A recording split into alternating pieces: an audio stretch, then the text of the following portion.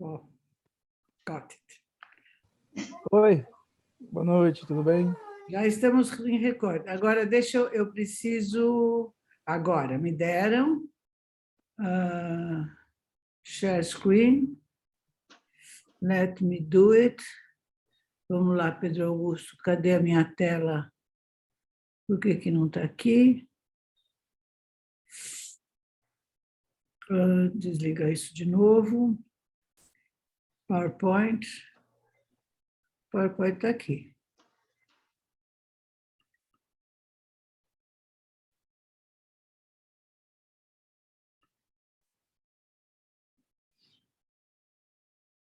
And so...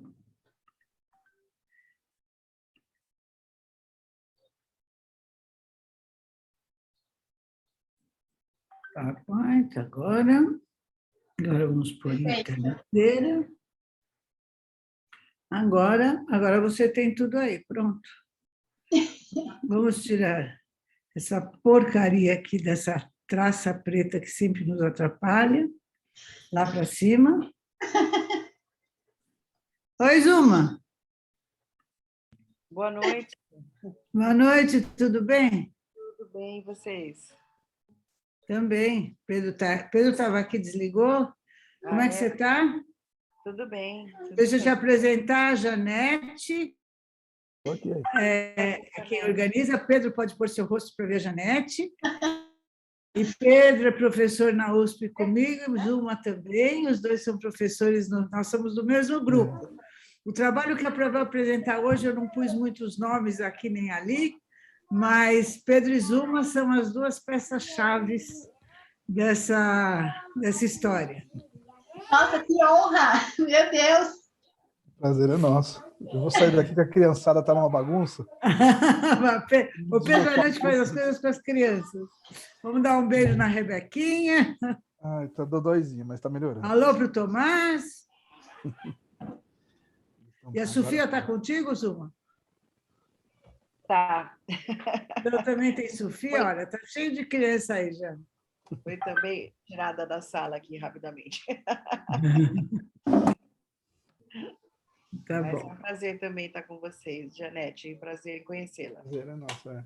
Prazer é meu! Nossa, eu estou numa ansiedade por essa aula que vocês não imaginam. Meu Deus!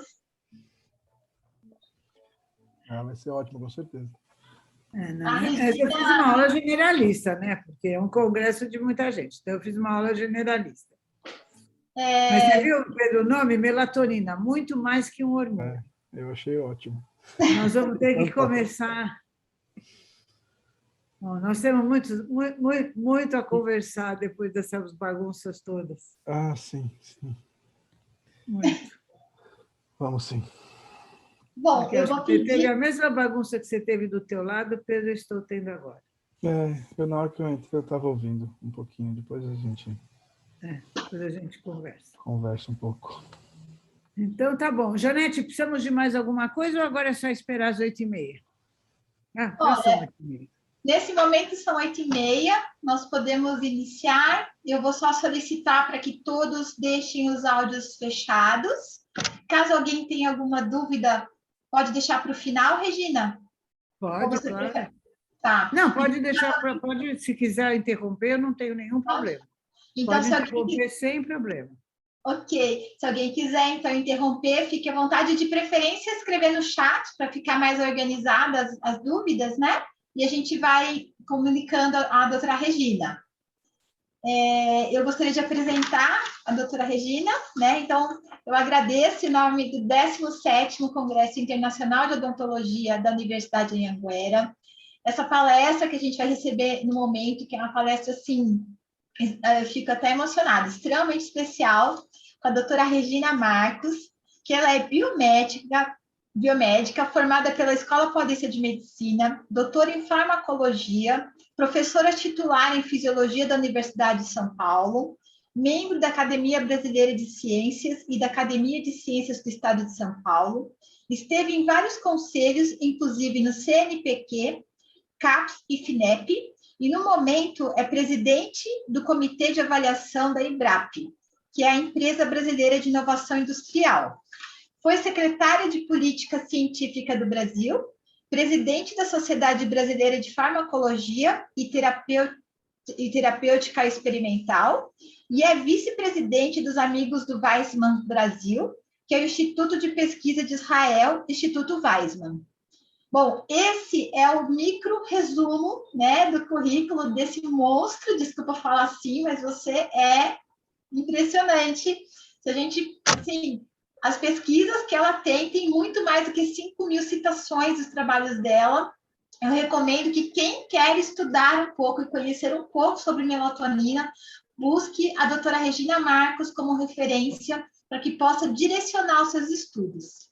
Bom, doutora Regina, muito, muito obrigada e muito feliz, muito emocionada com você aqui, né? Sabe o quanto eu sou sua admiradora. E agora a palavra é sua. Primeiro eu quero agradecer a Janete, João. Quer dizer, Janete, a gente se conhece há pouco tempo, mas é muito agradável, nós já estivemos juntas algumas vezes, temos alguns projetos para andar juntas. Começou com a história da Covid, mas eu acho que vai evoluir para muito mais. E foi muito interessante, porque eu não tinha ideia de como era o Congresso. A Janete sabe que eu estou numa época da minha vida correndo atrás de outras coisas, não apenas o trabalho. E aí ela falou, você daria conferência? Aí eu falei, tá bom, por tudo que a gente conversou, vamos pôr melatonina muito mais que um hormônio? E ela vira para mim e diz assim, meu Deus, o nome do congresso é odontologia muito além da boca. E realmente, no momento, o meu problema é odontologia muito além da boca, porque a Janete sabe, eu tenho conversado muito com ela, os problemas que causa o fato de médicos e dentistas não entenderem que os dois trabalham com o mesmo corpo humano e que, às vezes, é muito importante entender que os processos que eu vou discutir hoje, que são processos inflamatórios, não doenças, acontece na boca e isso se reflete para o organismo inteiro. Eu falei para a Janete que eu não vou entrar nesse tópico hoje, porque eu acho que a melatonina é um tópico tão amplo e ela é tão mal interpretada, ela é tão interpretada como algo lateral, que eu quero calcar realmente, eu quero dar para vocês o que é ciência em melatonina. Claro que eu não vou fazer uma revisão da área, porque a área é imensa. Eu vou focar naquilo que eu fiz e como eu contribuí para a área. Eu acho que a gente tem uma contribuição importante. Eu vejo que Pedro Fernandes, o doutor Pedro Fernandes e a doutora Zuma Ferreira, a doutora Zuma Silva, estão aqui conosco. Também o Cassiano Souza, que é doutorando do meu laboratório, acabou de mandar no chat que está aqui. Daqui a pouco a Isabela está entrando, então eu agradeço a esses colaboradores que também estão nos prestigiando, Janete. Então, melatonina muito mais que um hormônio. Primeiro, vamos lá, o que é um hormônio? Né? Vai lá, o computador anda para a direita. O que é um hormônio? Como é que as células, como é que o organismo se comunica? Então, existe uma comunicação que é célula a célula. Então, existe um neurônio que vai lá e interage com uma célula. É uma transmissão neural, neurotransmissores, moduladores, eu digo que é o comando direto. É alguém que comanda dentro de uma casa, dentro da escola. Eu conheço quem é quem e dou ordens especiais, mas quem está comandando tem o conjunto. Cada um recebe o seu neurotransmissor próprio, com neuromoduladores próprios, e executa uma ação. A comunicação célula a célula também se dá de forma parácrina. Uma célula vizinha quer conversar com a outra, manda o neurotransmissor, manda um sinal químico e se conversam, sinal receptor.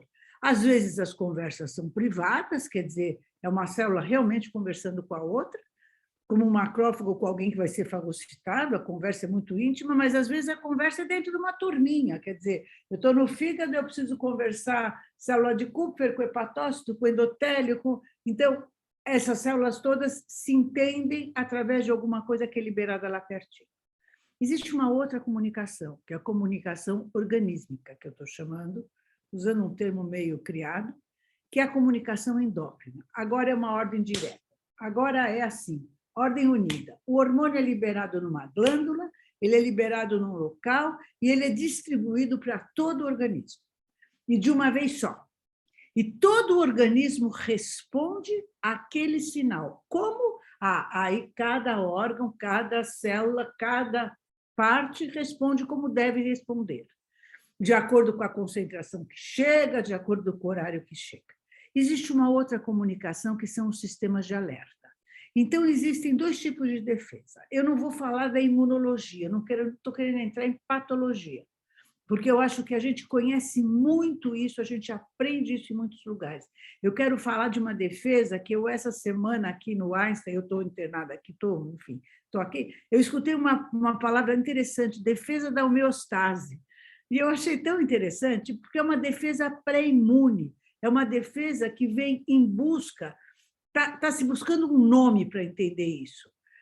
Resposta imuninata, inflamação aguda, quer dizer, alguma coisa que acontece e muitas vezes nem chega a comunicar ao sistema imune que está acontecendo uma defesa.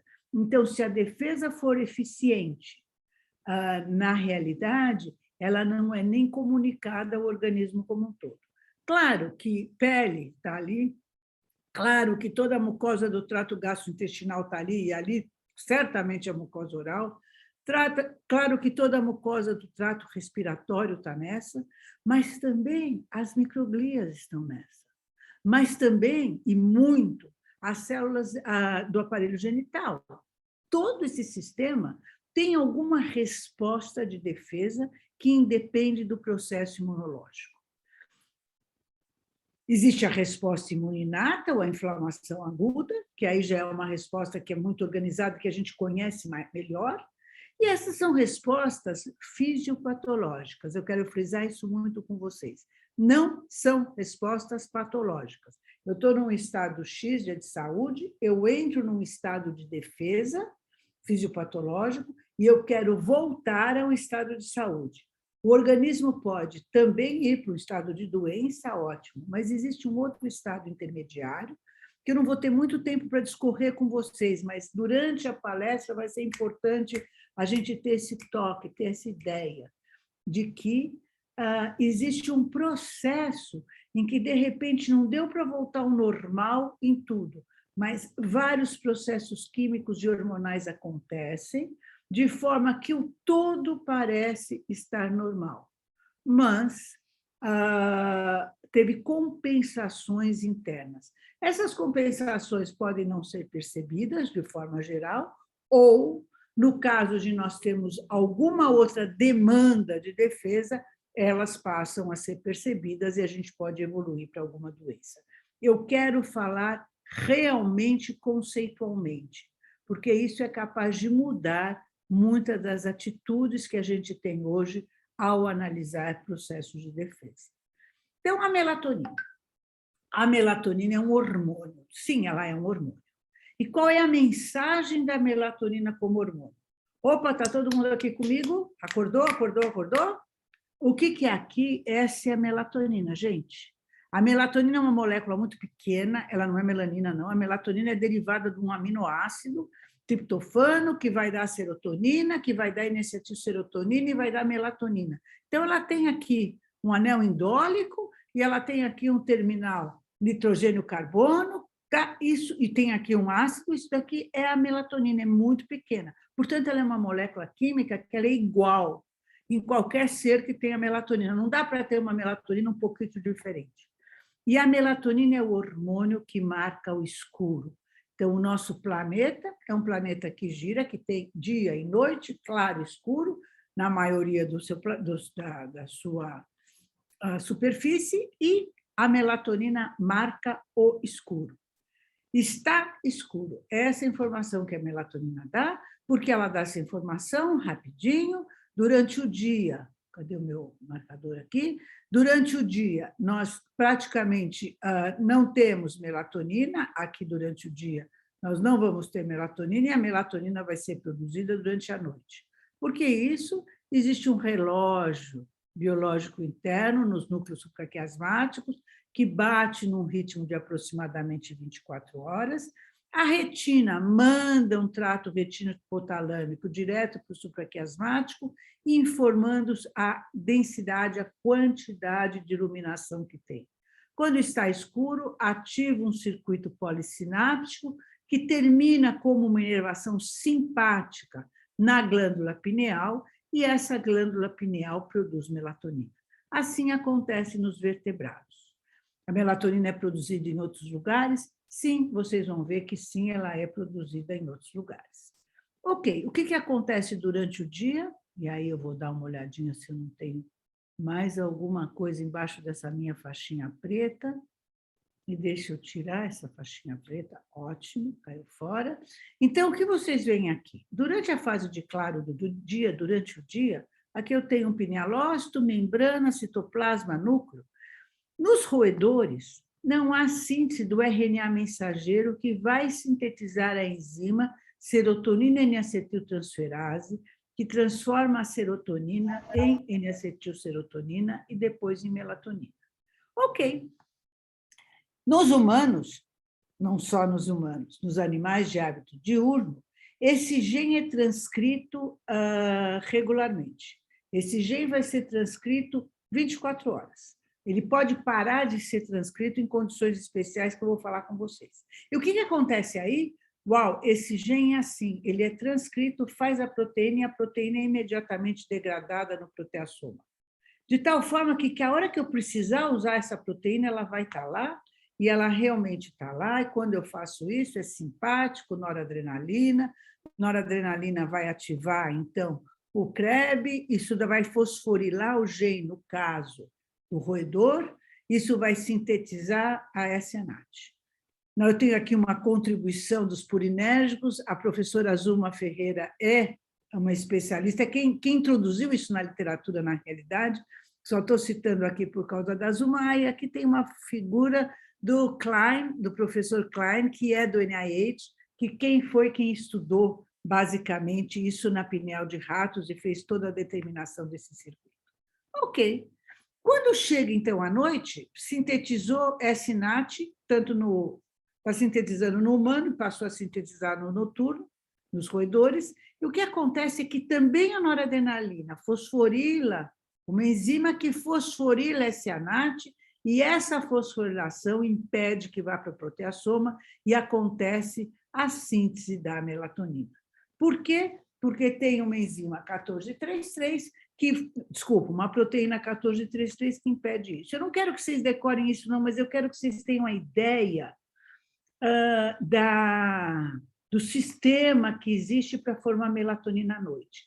E aqui também, eu acho que vocês são dentistas, a maioria é clínico, mas muitas vezes, quando se lê trabalho, se diz assim, como é que eu posso ir do rato, do camundongo, do meu animal experimental para o homem? Vocês veem que aqui vai existir uma dica legal. Quer dizer, quando a gente está olhando no animal de hábito noturno, a produção de melatonina dele é atrasada no tempo. Ela é, em geral, 3 a 4 horas após a entrada do escuro, porque tem que sintetizar o gene.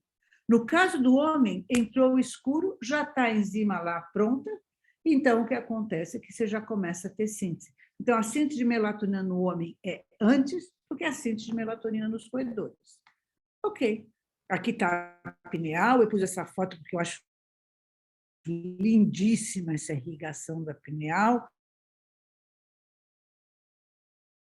Mostra que ela tem barreira hematoencefálica, ela é um órgão ventricular. Então, o que acontece na pineal é distribuído para o cérebro e para a periferia. Uma sublingual de melatonina chega no cérebro rapidinho, quer dizer, a gente tem uma comunicação eficaz e uma densidade de irrigação importante. Rato e ovelha, os dois são de hábitos diferentes, aqui é diurno, aqui é noturno, os dois produzem melatonina no escuro, e a hora que eu vou olhar em humanos, o que eu vejo também é à noite, e se eu faço um flash de luz, na dependência da quantidade do flash de luz, de quantos lux é dado, eu paro momentaneamente a produção de melatonina e posso retornar, isso é a luz noturna, tá certo? E se eu tiver essa luz com maior duração ou com maior intensidade, então eu corto a melatonina noturna. Aqui é para dizer que a melatonina é produzida à noite. Agora, será que a melatonina é o hormônio do sono, induz sono?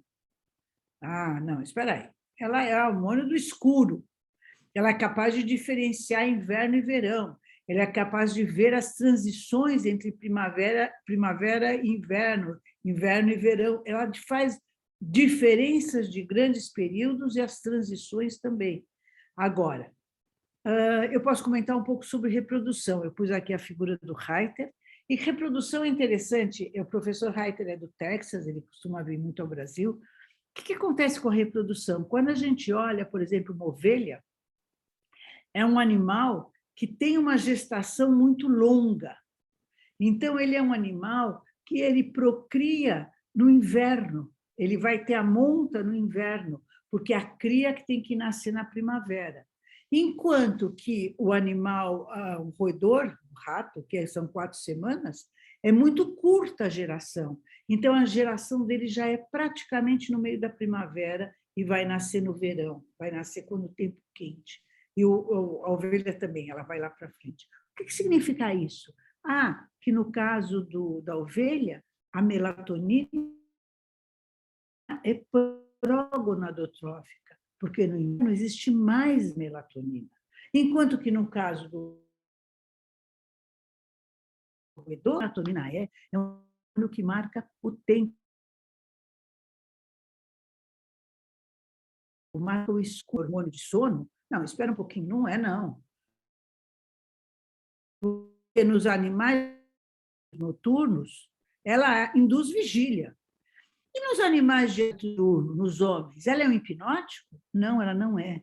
O que se mostra com a melatonina, e eu vou deixar a dica para vocês seguirem depois, é que ela abre aquilo que a gente chama de gates do sono, que são os portões do sono, que estão numa região do cérebro, onde a gente tem uma densidade alta de receptores de melatonina e que permite que o sono aconteça, mas não induz o sono. Então, por exemplo, eu sou capaz de sentir sono, sim, às 9, 10 horas da noite, sou. Se eu estiver sem fazer nada, eu durmo? Durmo. Aí é a minha pessoa, a outra não é assim. Agora, se eu tiver que ficar acordada, eu fico acordada a noite toda. Então, na realidade, é muito diferente de um hipnótico, porque se der um hipnótico, o hipnótico faz dormir.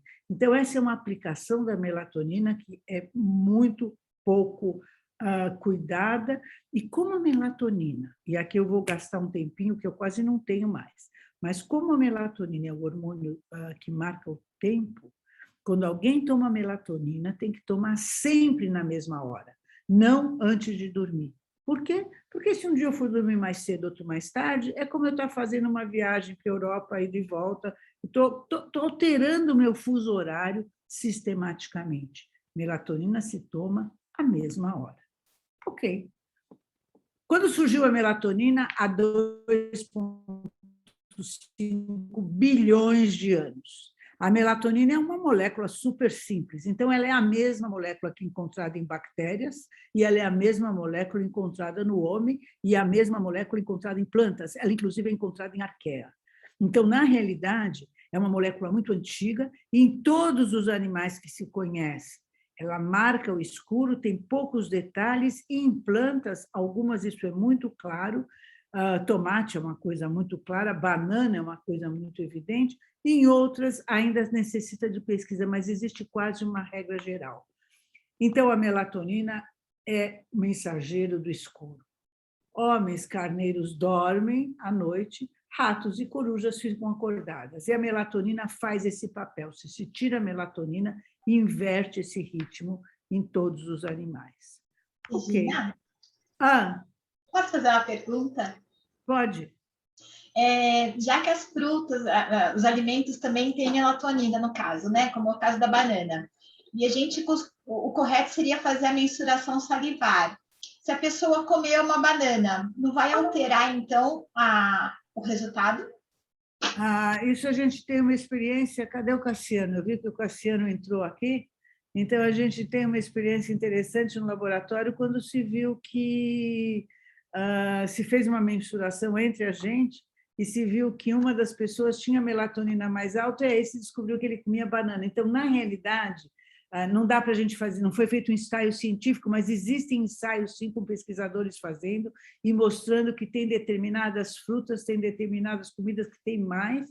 E tem outra coisa, tem agora um grupo muito grande e importante trabalhando com leite tirado em horário onde se produz melatonina para fazer, então, aquele leitinho noturno que se toma antes de dormir, que tem a melatonina junto. Eu estou vendo a Keila Matalon aqui, um tchauzinho para a Keila.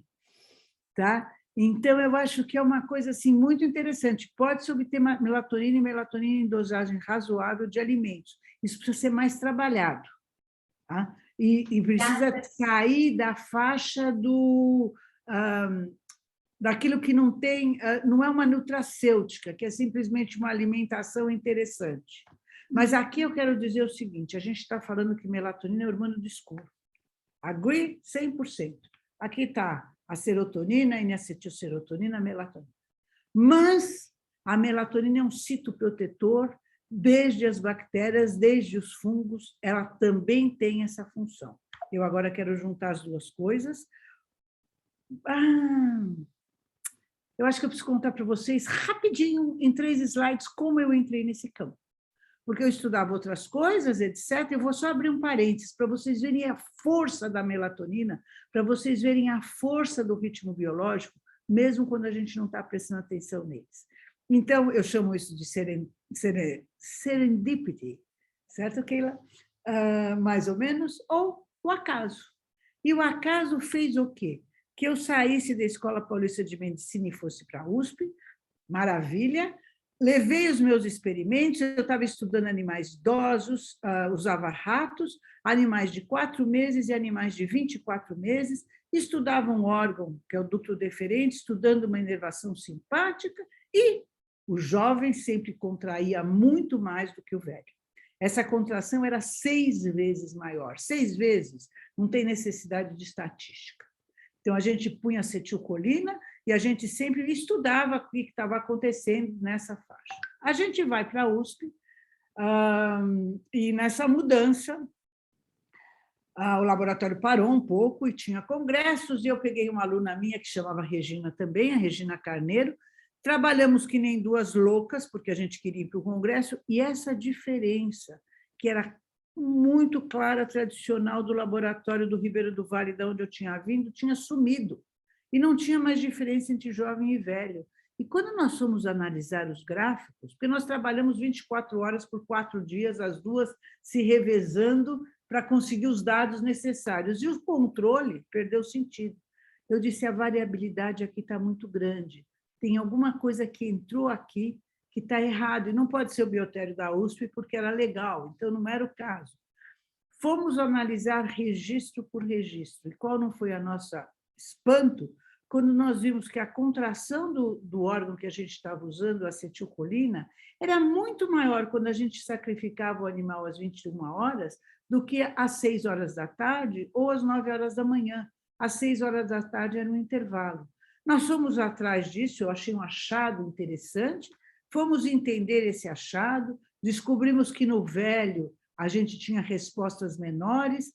Quando a gente colocava melatonina na cuba só, não precisava nem ter o animal, a gente pegava o músculo, incubava o músculo com melatonina, a resposta no velho aumentava, não chegava a ponto do novo, mas aumentava, e nós saímos correndo atrás e nós dissemos, muito bem, essa melatonina vai ser o que nós vamos trabalhar. Esse trabalho que eu comecei a falar com vocês, ele é um trabalho de 80, da década de 80, nós evoluímos com ele para Alzheimer, ele teve uma evolução legal, mas o que eu quero andar com vocês é por outro caminho, isso fica em aberto para outra oportunidade. Melatonina não rítmica e vigilância rítmica. Então, agora eu quero entrar, que é o tema que eu quero falar hoje, que é a melatonina, além do hormônio, que é uma melatonina que faz vigilância. Existe uma vigilância que está ligada ao ritmo. Então, a hora que eu pego animais em condições saudáveis, existe um ritmo de melatonina, e o meu laboratório mostrou que a melatonina noturna impede a migração de leucócitos para os tecidos, fazendo com que essas células continuem no meio da circulação e não haja montagem de uma resposta inflamatória espúria, porque eu não estou tendo sinal. Às vezes isso acontece e a melatonina protege.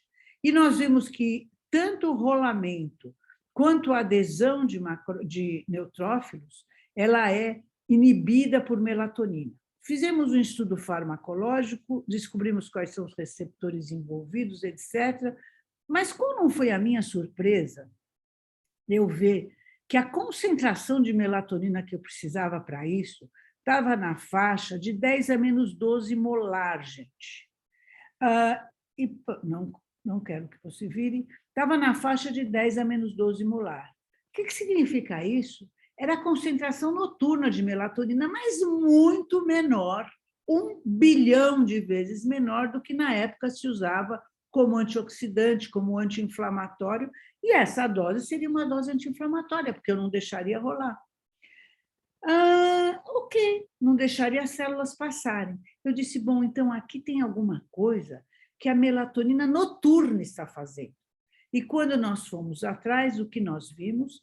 Que a melatonina é capaz de bloquear a expressão de moléculas de adesão ou a expressão de INOS, a expressão da enzima que vai gerar altas concentrações de óxido nítrico num processo inflamatório nas células endoteliais, e que isso prima essas células, e isso faz com que, quando eu tenho muita melatonina, essas células deixem de migrar. Ok? Rato é rato, homem é homem. Eu posso transferir do rato para o homem? Ok, nós queríamos um modelo, então, de inflamação aguda no homem.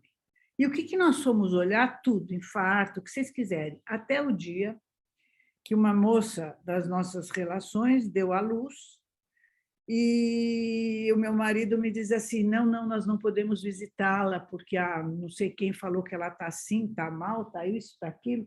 Aí eu falei, imagina, agora que a gente tem que visitar, porque se tem algum problema, vamos lá, eu conheço ela, eu me dou com ela. Quando nós chegamos lá, a menina estava com uma mastite muito forte, a mama completamente entumecida, vermelha, etc. E o que aconteceu é que ela continuava amamentando, porque na época você não parava de amamentar e amamentava sangue. E eu saí, enfim, fui comprar coisa, falei com esse, com aquele, e quando eu entrei no elevador de novo, eu disse, esse é o meu modelo de inflamação, esse é o modelo que eu quero, porque ele é agudo, eu vou saber a hora que ele começa, na hora que o bebezinho for mamar pela primeira vez, é a hora que começou o estímulo inflamatório. E nós fomos para o laboratório e montamos um método para dosar melatonina no colostro. E aí nós conseguimos, junto com a professora Magda Carneiro, que era na época do ICB também, e agora ela está na Faculdade de Medicina, na pediatria, nós conseguimos leite de mulheres que deram à luz no Hospital Universitário da USP e que moravam nas imediações da universidade, na Sanremo, e de mulheres, colosso, na realidade, leite até o 3º dia, de mulheres que tinham saudáveis ou que tinham mastite. E determinamos, então, a concentração de melatonina no leite de dia e de noite, e as mulheres saudáveis tinham baixa concentração de dia e alta concentração de noite, e as mulheres que tinham mastite tinham a mesma concentração. Nós, então, fomos relacionar com essa resposta inflamatória imediata, rápida, TNF. O que nós vemos aqui é que TNF, existe uma relação entre aumentar TNF e não ter melatonina. Esse trabalho seguiu em frente com várias coisas, e eu quero fazer um resumão para vocês, porque eu quero chegar bem mais para frente, e aí nós testamos vários padrões moleculares associados a patógenos, perigo e dano. Então, nós publicamos com lipopolissacarídeo, que é bactéria gram-negativa, zimosan, que é fungo, TNF, e o Pedro está aí, que é o fator de necrose tumoral que aparece logo no início da resposta inflamatória, heparansulfato, que é uma substância que está na matriz extracelular, e quando a matriz tem algum problema, ela se dissocia, esse heparan é liberado, peptídeo beta-amiloide, que é o peptídeo que causa Alzheimer, que também está na membrana, desculpe que aqui tem um erro, material particulado, que é material de poluição, então nós pegamos material particulado de ônibus de diesel, que é uma outra forma de agressão, Zuma está aí, auto-ATP, quando é que se consegue auto-ATP? A célula morre, joga uma montanha de ATP para fora, então tem um aviso que teve morte celular, por necrose, por necroptose, e a professora Zuma viu que via receptor de P2X7 a gente também ativa esse sistema, estresse, dieta rica em lipídios e glicocorticoide, o Pedro mostrou, o professor Pedro Fernandes mostra que tem uma ação dupla. O que é isso? Mostra o quê? Mostra que... eu vou voltar para esse slide depois. Vocês leiam ele. Eu vou voltar para ele depois. Mostra o quê? Que existe um processo em que a gente inibe a produção de melatonina pela pineal, e a hora que inibe a produção de melatonina pela pineal, eu vou permitir que haja migração de leucócitos. Então, eu vou permitir que haja uma montagem de uma resposta inflamatória. O que acontece tempos depois é que o mesmo sinal que leva a essa ação sobre a pineal, pumps e dumps, estão aqui o nome deles, também ativa NF-κB em macrófagos, em monócitos, em microglias, enfim, nos monócitos, macrófagos derivados ou não de monócitos, e fazendo isso, ele passa a ter um processo que induz a produção de melatonina por essas células periféricas. E nós chamamos a essa alternância da fonte de melatonina de eixo imune pineal. Então, na hora que eu tenho um processo inflamatório, imediatamente eu induzo a bloqueio da produção de melatonina, permito que haja migração de células e eu vou ter, então, o início da resposta aguda. Resolvendo o problema, eu vou ter macrófagos que vão fazer a limpeza e agora a melatonina aqui vai estar ajudando de novo a bloquear aquela resposta continuar. Eu vou voltar aqui para trás, porque veja uma coisa, na hora que eu faço uma ferida cirúrgica, a coisa que eu mais quero é que monte uma resposta inflamatória aguda, que agora eu vou chamar de resposta de defesa. Quem não monta resposta inflamatória aguda são os pacientes diabéticos. Diabético tipo 2 não monta, por isso que ele fica com a ferida aberta, porque ele não tem condição de fazer o processo para fechar a ferida. Então, na realidade, eu fico olhando e digo assim, ok, eu vou ao dentista, e eu tenho aqui, estou aqui internada por problemas, que não sou eu que estou internada, estou de acompanhante, de odontologia, que eu falei para a Janete que eu não ia... inicialmente, eu achei que era esse o tema que eu queria falar, mas, no momento, eu não tenho condições de falar sobre ele, porque acho que precisa de muito mais coisa em volta, mas, veja, a gente sabe, e nós publicamos com o pessoal de dor do Rio Grande do Sul, mostrando que, na primeira noite, depois de uma cirurgia, qualquer cirurgia, depois de um corte, depois de uma ferida, nós deixamos de produzir melatonina. Para quê? Para montar uma resposta inflamatória adequada. Naquela noite não se pode tomar melatonina. Se tomou melatonina naquela noite, a resposta inflamatória não é montada. E tem pessoas que relatam, até o Reiter é interessante, que é o mago da melatonina, ele uma vez sofreu uma cirurgia e foi, na época que eu estava montando o eixo imune pineal, ele veio para um congresso e falou, isso aconteceu comigo, porque ele teve realmente um pós-operatório mais difícil. Na noite seguinte, passou a primeira noite, melatonina vai servir como antiálgico, antioxidante, como vocês encontram na grande literatura. Então, é possível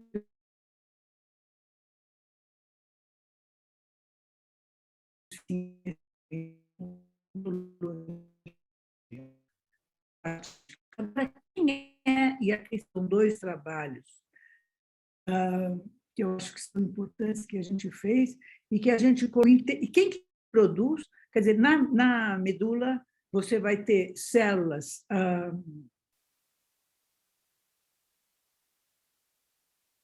tronco, você células... aí está a Isabela que me ajuda.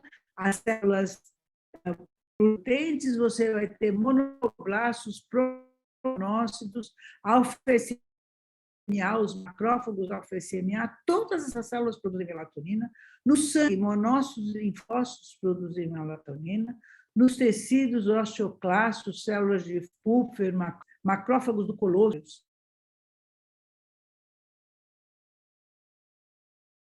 E o que acontece? Desculpa. Voltou. Então, o que acontece? Com os parasitas, eles não alteram a produção de melatonina. E por quê? porque eles entram nas células. Então, você vê o caso da malária. O caso da malária, a malária precisa, o parasita precisa, o plasmódio, daquele registro, de todo o ritmo que existe no hospedeiro para poder ter todo o desenvolvimento. A mesma coisa acontece no caso da leishmania. Então, a gente tem com os parasitas, porque eles não agridem, eles, na realidade, são companheiros, eles estão trabalhando junto no sistema, eles são parasitas. Então, eles, de forma nenhuma, querem perder o seu hospedeiro. É diferente de uma bactéria, por exemplo. Ok. Inflamação crônica, nós descobrimos uma coisa muito interessante, é que durante o processo de inflamação crônica, na inflamação aguda nós vamos ter o aumento do tamanho da pata, se eu injetar BCG no camundongo, mas durante o processo de inflamação crônica, existe um ritmo dessa pata, existe um ritmo vocês entrarem em artrite, em várias dessas doenças existem ritmos. Esses ritmos são dados por melatonina, mas aqui é a história da resiliência, que eu falei no início da palestra com vocês, que eu estou num estado que eu não estou mais saudável. Aqui eu até estou doente, mas eu estou com uma doença crônica que se mantém. O que dá esse ritmo? Glicocorticoide agindo na pineal e facilitando, então, que aquela pineal produza melatonina, mesmo na vigência de um estímulo negativo. Vocês veem que é um jogo. Então, a artrite mantém ritmo, muitas das inflamações crônicas mantêm ritmo. Agora, na hora que entra um processo por cima delas, esse manter ritmo delas já é à custa de um importante desvio das glândulas adrenais. O professor Pedro mostrou que se a adrenal passa a trabalhar um pouco mais, aí são bloqueados não só todos os ritmos, como todas as produções periféricas. Então, nós temos aqui alguma coisa a mais para a gente entender, até do processo endógeno. Tá? Bom, eu isso eu vou ter que contar, é o meu orgulho. Na realidade, o que acontece é que você vai trabalhando, a gente não pode ter muita citação. Como das citações mais importantes, o que a gente não pode ter? Porque a gente está trabalhando num campo muito de vanguarda, a gente está trabalhando muito fora da caixinha. Agora, aconteceu que nós publicamos o VIT no Bridge Journal e que era a chairman agora ela é de Carnes, na realidade. Agora, fez um editorial sobre todo o número de melatonina e ela falou a gente está realmente, não só endócrino, como parácrino, como autócrino, avaliando a migração de leucócitos e avaliando também os sistemas de neurodegeneração, que eu não contei para vocês ainda. E, dessa forma, ela disse que a gente tinha feito um avanço importante na coordenação da resposta inflamatória e da melatonina. E ela considerou isso um breakthrough. Esse breakthrough em 2020, e eu estou junto. E dizer o seguinte, se nós, em 2018, quando nós publicamos esse review, a gente tinha uma ideia que existia um jogo entre a pineal e a periferia para produzir melatonina, para permitir a montagem de uma resposta inflamatória e permitir a sua regressão. Depois disso, nós descobrimos que, e nós e muitos, quer dizer, nós juntamos a literatura na realidade, algumas coisas são nossas e algumas coisas já estão na literatura há décadas, que existe um grupo de células no nosso organismo que são chamados macrófagos residentes. E eles existem na medula, existem na pele, trato gastrointestinal, em todo lugar. Que esses macrófagos vêm do feto, eles são de origem fetal, eles ficam nos adultos e nos idosos até o final da vida, eles se autorreproduzem, e essas células são células produtoras de melatonina, independente de ativação de eixo imunopineal. E eu quero viajar com isso um pouco com vocês.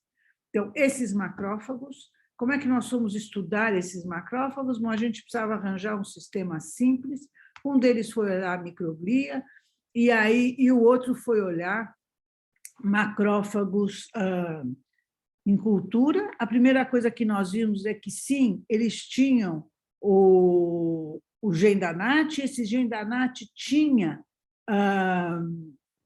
sequências que permitiam reconhecer um fator de transcrição importante que ativava eles, e com isso, então, você ia ter ativação desse gene, e a ativação desse gene ia levar a síntese de melatonina. Qual gene?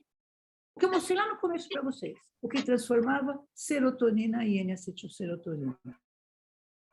Então, isso da síntese é disparado. E o que nós vimos é que isso aqui acho que ficou aqui de uma conferência um pouco mais técnica, mas esse fator de transcrição é um fator de transcrição que tem várias proteínas, várias combinações, e uma das combinações interessantes, que é com esse C-REL, ele induz a síntese da enzima que transforma melatonina em N-acetilserotonina. E esse daqui é a chave, a base para os processos inflamatórios, câncer, etc. Então, a gente está trabalhando numa zona bastante de controle, de defesa. Aí a gente quis dizer assim, ok, será que isso acontece? Será que isso acontece em humanos? Bom, a gente estava com o colostro na mão, né? Colostro que tem muito macrófago. Colostro ele tem células, ele é bem clarinho, né? E ele tem células, e essas células servem para quê? Para quando chegar na barriguinha do bebê e tiver alguma bactéria, fagocita a bactéria e não deixa a bactéria entrar no bebê. Então, o leite materno, nesses 3, 4 primeiros dias, é uma proteção muito importante. Quer dizer, então a gente diz, ok, não vai amamentar um mês, não vai amamentar um ano, mas vai amamentar 4 dias. Vai amamentar 5 dias. Vai Tricimosan, um danger factor de fundo, você coloca zimosan no macrófago do colostro humano, passa a produzir, e a mesma coisa a gente consegue ver que a gente bloqueando PDT-CN, são bloqueadores daquele NF-κB, que é a mesma via que a gente vê em rato. Então, na realidade, eu vou ter produção, e a coisa mais legal está aqui, e agora vocês olhem para mim, eu não vou me detalhar em tudo, mas, na realidade, a melatonina induz a fagocitose. Então, a principal função do macrófago é fagocitar. A hora que eu tenho veículo e que eu bloqueio os receptores de melatonina, a melatonina produzida pelo macrófago estava agindo como um fator de fagocitose. Claro que se eu der melatonina, eu também vou ter isso, e o mesmo Luzindol bloqueia. Então, vocês veem que coisa legal? Agora, eu não estou mais falando de melatonina a ritmo nem nada, eu estou dizendo que essas células que foram Pac-Mans, essas células que vão fazer a limpeza de vários lugares, para fazer a limpeza do ponto de vista funcional, fisiológico, elas usam melatonina. E a melatonina, como inibe produção de NO, inibe grandes respostas de alerta, ela já automaticamente fagocita, e esse fagócito não se torna algo que vai induzir uma resposta imune imediatamente. Então, o bebê simplesmente tem a sua barriguinha. Ah, será que eu posso estudar isso de uma forma diferente? Será que eu posso estudar? Eu falei? Como estudar, então? Ah, bom, a gente não queria estudar melatonina exógena. Eu preciso, antes de dar alguma coisa com medicamento, gente, entender o que aquela coisa está fazendo no organismo, porque senão a gente altera a dose de forma importante. Então, nós decidimos no laboratório, por algum tempo, não dar melatonina, tá? Não administrar melatonina, mas sim e dosar melatonina. Bom, isso é um pepino, porque tem baixíssimas concentrações, os métodos de dosagem não são suficientes, então você não dosa. Não quer dizer que não tem. O receptor é muito eficiente. Então, a gente analisa a função biológica usando o detector biológico. A gente estima a capacidade de síntese e a gente bloqueia os receptores. E, com isso, a gente faz um jogo de entender o que ela faz no organismo. E aí veio o grande órgão de choque, que eu dizia era o pulmão. Esse trabalho foi publicado em 2000, tá? As teses terminaram lá bem para trás do Covid, mas depois ele deu um salto para o Covid e eu já estou indo para os minutos finais. Então, o que a gente fez? A hora que a gente fala em biorregulação de sistemas aplicados à medicina, na medicina diagnóstica, nós vamos ter diagnóstico por órgãos, que é uma rede, nós vamos ter uma rede celular e nós vamos ter redes moleculares. Então, aqui a imagem, a composição de tecidos, bioquímica de fluidos e genotipagem. Agora, quando a gente vai para a parte molecular, genômica, transcriptômica, proteômica, lipidômica e metabolômica, que é para analisar todo o conjunto de moléculas naquele sistema. Isso eu acho que todos vocês já têm ideia, e nós resolvemos usar um sistema assim, que para São Paulo é importante. Então, cada um que tem um filho que mora no exterior, que chega no aeroporto de Congonhas, filho, neto, não sei o quê, ai, que horror, mãe, ai, que horror, mãe. Chora e não sei o quê. A gente não faz nada, a gente está acostumadíssimo, não acontece nada a gente entrar na cidade de São Paulo num dia de poluição.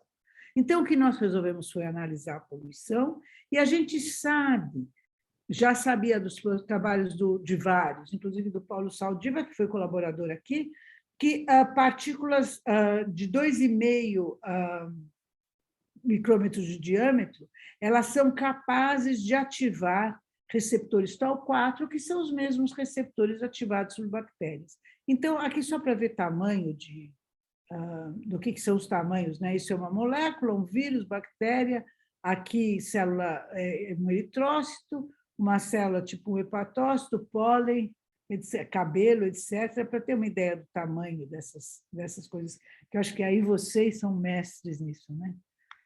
Bom, vamos para o próximo. Vamos lá. Nós, então, fizemos o quê? Nós pegamos ratos, colocamos num sistema onde a gente tinha, lá na Faculdade de Medicina aqui da USP, existe essa carretinha aqui, então existe dias limpos e dias não tão limpos, e a gente usava um sistema concentrador de ar, um filtrado e o outro não filtrado, de forma a poder o animal respirar o ar poluído de São Paulo. Podia concentrar ele, mas, de qualquer forma, o animal respirava. O animal tinha um treinamento entre estresse, e aqui, nesses experimentos, são duas teses, a Cláudia e da Eliana Pereira, da Cláudia Carvalho e da Eliana Pereira, e que depois deram um trabalho, que é um trabalho importante do laboratório, que foi publicado no final, em 2020. Então, é esse trabalho daqui, teve vários colaboradores, aqui até o Saldiva e o Reiter.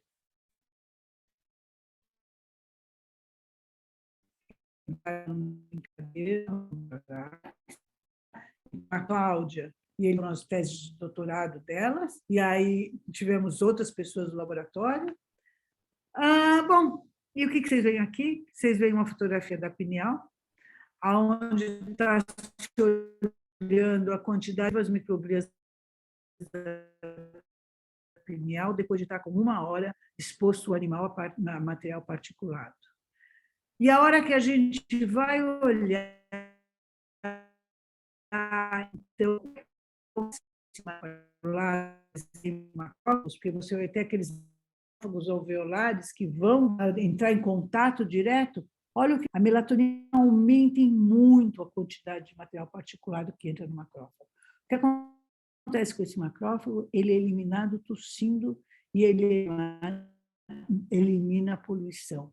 Então, quem tem melatonina nesses macrófagos provavelmente é mais protegido.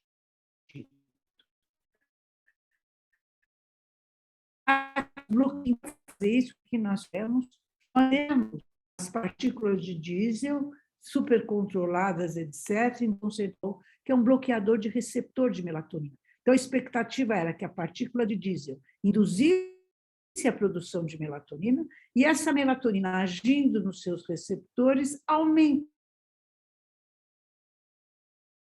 a fagocitose. Diminui muito quando a gente coloca luzindol. Então, a célula fica viável por muito mais tempo, ela é capaz de captar mais se nós temos melatonina produzida. Que isso é pela via sintética que a gente está acostumado a ver? Sim, a via sintética tradicional e transforma serotonina em N-acetilserotonina fosforilada. Aqui está a expressão da enzima e aqui ela é dependente da concentração do diesel. Maravilha! Isso daqui também me mostra, se eu invito, eu tenho a mesma coisa. Filtrado ar poluído, e olha aqui a produção de melatonina. Dia à noite, e aqui tem muito da produção que vem de dia à noite durante a sexta hora de poluição. E o pulmão, na sexta hora, passou a produzir a sua própria melatonina. Isso acontece em vários sistemas. Eu estou mostrando aqueles que a gente fez, publicou em 2020.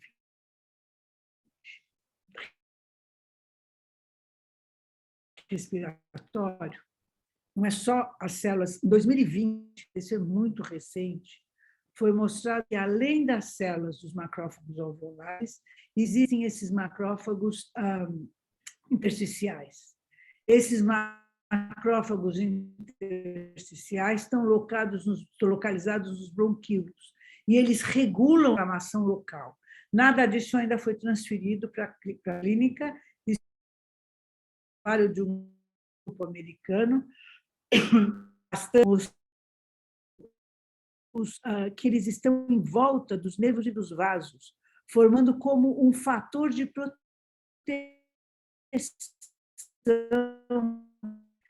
Os macrófagos também produzem coisa local e que é consumida localmente. Bom, aí surgiu muito complicada com questões pessoais.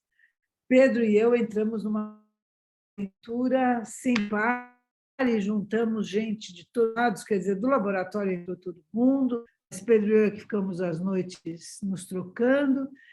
Por quê? Porque dentro desse navio do Diamond Princess tinha uma coorte onde a maioria era assintomático. Então, eram pessoas que estavam expostas ao vírus, ao Covid, essas pessoas estavam dentro de um navio, essas pessoas estavam morando quarto a quarto com outras que tiveram a doença e elas eram assintomáticas. O que diferia nessas pessoas? Então, muita gente foi cair no sistema imunológico, tudo bem, maravilha, não sou contra. Mas a nossa ideia era a seguinte, olha, respira, inspira e não pira, tá? Isso é muito importante, né? Para hoje, respirar, inspirar e não pirar é o máximo. Mas a hora que eu inspiro, eu venho para o alvéolo. E a hora que eu chego no alvéolo, existem duas células que captam esse vírus, o SARS-CoV-2. Uma são as células epiteliais, que vão fazer a transferência para a circulação, e outras são macrófagos, que são os macrófagos alveolares, que são macrófagos que vêm embrionários, que são CD169 positivos, e esses macrófagos também são capazes de captar o vírus. Tá? E o que acontece, então? Essas células epiteliais, vocês veem que elas sistema respiratório. E dentro do alvéolo, então, nós vamos ter o ar chegando, vamos ter as trocas, e isso dá... Mas será que acontece alguma coisa aqui antes desse vírus entrar? E é por isso que esses assintomáticos nem mostram que tem o vírus, ou mostram que tem o vírus, mas eles não têm nada de doença, não tem anticorpo, não tem nada. Ok. Então, aí nós montamos um esqueminha que é o seguinte, transmissão, nariz, boca, espaço aéreo. Enquanto eu estou aqui, eu só estou transmitindo o vírus. Eu ainda não infectei o sujeito. Infecção. Entra nas células, nas epiteliais, atravessa para a circulação, atravessa e circula, atinge todo o corpo. E aí nós vamos ter a produção de anticorpos, porque antes disso eu não vou estar produzindo anticorpo. Tá? Eu vou produzir anticorpo quando eu entrar no sistema, quando eu entrar na célula endotelial, quando eu entrar, fazer tudo aquilo que vocês conhecem, que é a geração de anticorpo. Aqui eu não vou ter. Nós fizemos um trabalho rápido, o trabalho foi publicado em janeiro de 2021, super rápido também, e o que nós mostramos é que existem portas e portões. Na membrana da célula, nós não, isso estava sendo mostrado nesse todo esse boom da Covid, né? E essas células epiteliais AT2 são as células que estava se dizendo que são as células que recebem o vírus, e os macrófagos residentes ou alveolares são aqueles onde os vírus entram e se multiplicam. A primeira coisa que eu queria saber é o seguinte: será que eu posso usar a produção de melatonina por essas células para dizer que a melatonina que seria produzida no pulmão estaria implicada nesse problema? Então, isso já é a melatonina muito além do ritmo. Para isso, a gente precisava de um índice. Tinha sido criado no laboratório por uma doutoranda do Pedro Fernandes, a Gabriela Kinker, um índice chamado INDEX-MEL, que a gente usa para câncer, para segregação em câncer. Esse índice é uma forma da gente relacionar genes, então eu não preciso dosar melatonina, que é mais complicado, a gente mede genes, e esse índice faz a relação entre a SMT, que é a última enzima da síntese de melatonina, que transforma em acetilserotonina e melatonina, e CYP1B1, que é a enzima de degradação. A Gabriela fez esse índice para glioma, então ela fez só com CYP1B1, e a gente usa com CYP1B1, mas é interessante que esse índice, que foi publicado pelo meu laboratório, pelo nosso laboratório, já vem sendo usado, a gente encontra INDEX-MEL sendo citado, tem mais de 70 citações da literatura, agora já tem muita gente usando ele realmente citando, e quando nós formos olhar no pulmão de rato, a relação entre ter melatonina e INDEX-MEL é 1:1, então fica uma em cima da outra, então vamos enfrentar. O que nós queríamos fazer? Não dava para a gente mexer com gente com Covid, ainda mais no final do ano 2000, lá, 2020, a coisa não estava tão fácil, nós começamos a trabalhar no meados de 2020. Eu não tinha possibilidade nenhuma, por questões pessoais, que eu vivo com uma pessoa que não podia ter contato, então eu fiz quarentena.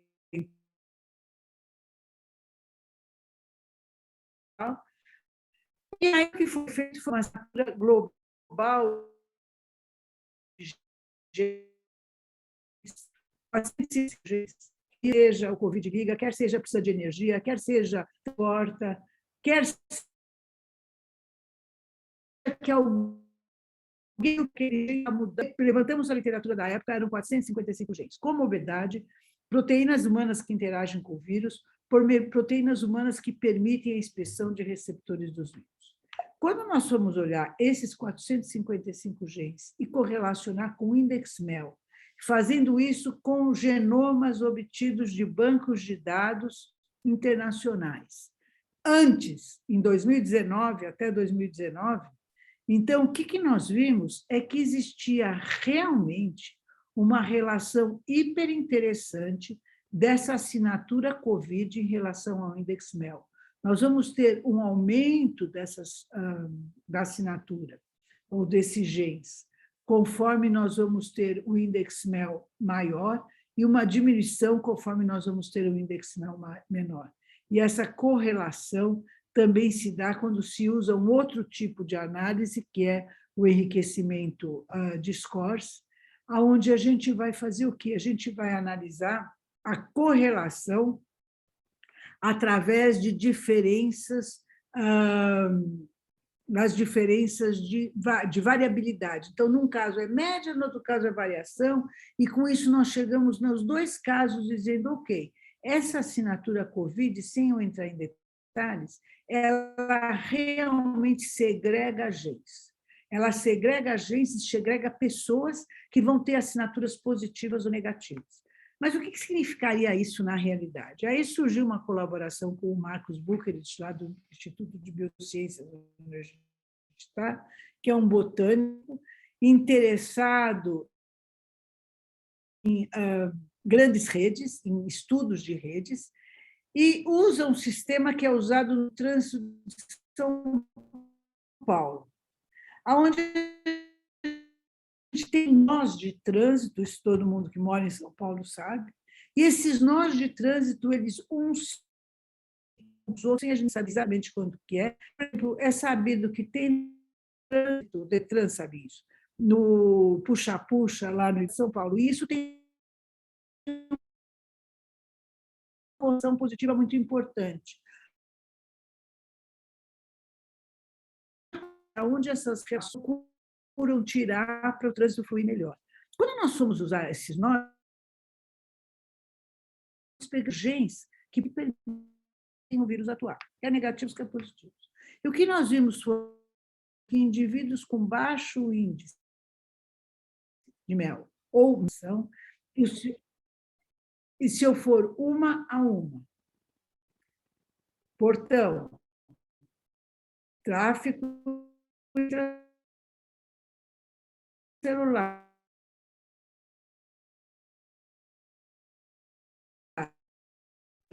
que dá energia, combustíveis de população, naquelas que poderiam receber o vírus e pegar a doença, ou naquelas que o vírus não seria capaz nem de entrar. Então, na realidade, esse é um processo que vai fazer com que eu diga que quem tenha baixo index MEL, ele vai ter, na realidade, os receptores para receber o vírus, tanto nas células AT2 quanto nos macrófagos, vão estar sendo expressos, e isso pode acontecer, e aqueles que tiverem alto índice não estaria expresso, isso não teria como acontecer. Então, na realidade, nós vamos ter um problema aqui bem sério. Depois vou ter que mudar para o celular. Vocês me desculpem, mas eu já estou acabando. Eu vou ter que mudar para o celular porque a minha bateria vai acabar. Então, na realidade, nós chegamos a essas proteínas, nós achamos os portões, e o que nós queremos dizer para vocês é que, para o futuro, a gente está agora mexendo com esses residentes em todos os sistemas. E, com isso, o que acontece? Nós vemos que o trato gastrointestinal, que está diretamente ligado, então, à parte odontológica e boca, muito, nós vamos ter uma produção importante de melatonina, e essa produção de melatonina é feita por macrófagos residentes, pelas células enterocromafins e pelo microbioma, e com isso nós temos algo que é completamente independente da pineal e produz até 400 vezes mais do que da pineal, fazendo um efeito local. E esse efeito se torna importante porque eu posso ter células Kupfer no fígado, fazendo um bloqueio da entrada de micro-organismos de fagocitose. Se as células não estiverem sendo alimentadas pela microbiota, não produzirem melatonina, eu não vou ter isso, eu vou ter pela desbiota em entrada. Eu sobre isso, mas, gente, se vocês olharem, se vocês conhecem muito mais do que eu, o Staphylococcus mitis, o Staphylococcus mitis é residente na boca, e ele, quando eu tenho uma inflamação, ele é capaz de atravessar, então, essa barreira hepática, e ele é capaz, importante, de alterações cardíacas, de endocardites. Então, com isso, eu quero dizer para vocês o seguinte, eu passei com vocês por muita coisa, lembrarem, mas é para vocês sentirem uma conferência, eu quero printar, eu quero imprimir, eu quero que vocês realmente conceituarem. Ela é um hormônio, mas ela existe muita coisa além do hormônio que a gente precisa conhecer. E com isso eu quero agradecer a todos os colaboradores, ou certamente esqueci um aqui, outro ali, o pessoal de fora, o pessoal aqui, chamando as pessoas que diretamente vocês. Muito obrigada.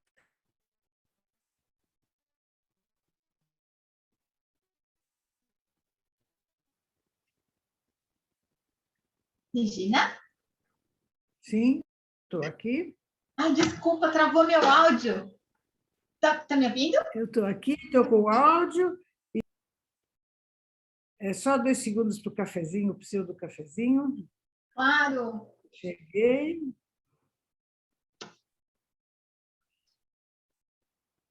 Pessoal, quem quiser aproveitar e deixar dúvidas, tá?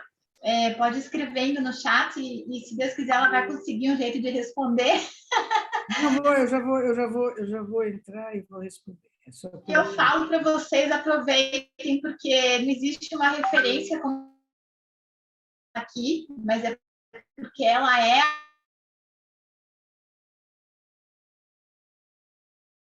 uma referência, façam agora e aproveitem a oportunidade.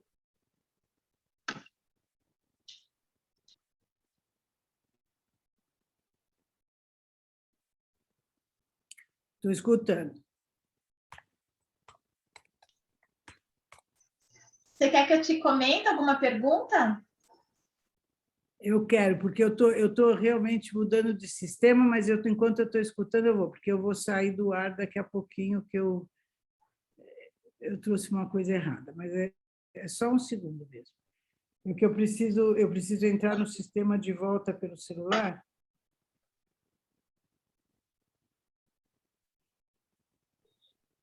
Não, e a gente, além da honra da doutora Regina, a gente está com a honra de vários profissionais que trabalham com a doutora Regina aqui, né? A gente realmente é doutor Pedro, né?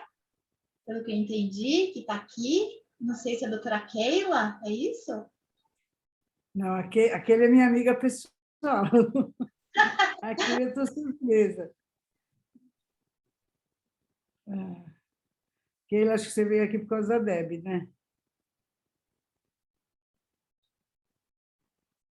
Keila está com o áudio desligado, Keila. É. Por causa da minha filha, que é colega da Deb, né? Ela que me mandou. Renata Matalum. Maravilha. Bom, vamos conversando. Pode ir perguntando. Qual seria a dosagem para uma criança de 3 anos? Eu não acho que eu possa responder essa pergunta, porque, na realidade, como vocês veem, existe muitas funções da melatonina. Então, a dosagem crianças, eu não sei te dizer, até a gente tem alguns trabalhos que falam sobre isso, mas não existe uma dosagem única, tá? Existe por que está se dando a melatonina? Isso que é importante. Você tem que me dar acesso agora pelo... Eu estou tentando entrar na reunião de novo. Nájila, você verifica para mim? Nájila? Oi, estão me escutando? Sim. A minha internet está bem ruim. Me desculpa, o que seria para fazer? É que a doutora Regina ela precisa entrar novamente. Peraí, ele saiu? Eu vou colocar, peraí. Tá.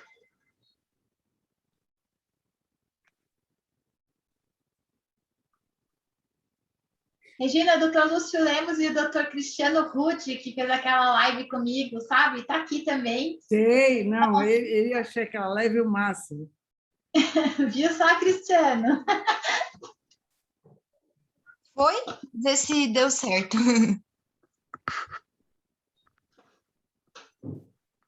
Acessar a transmissão.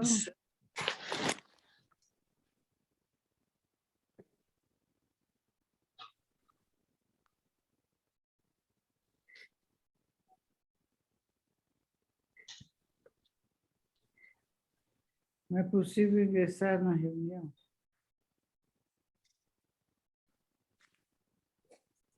Qual que é o ID da reunião? Conseguiu? Bom.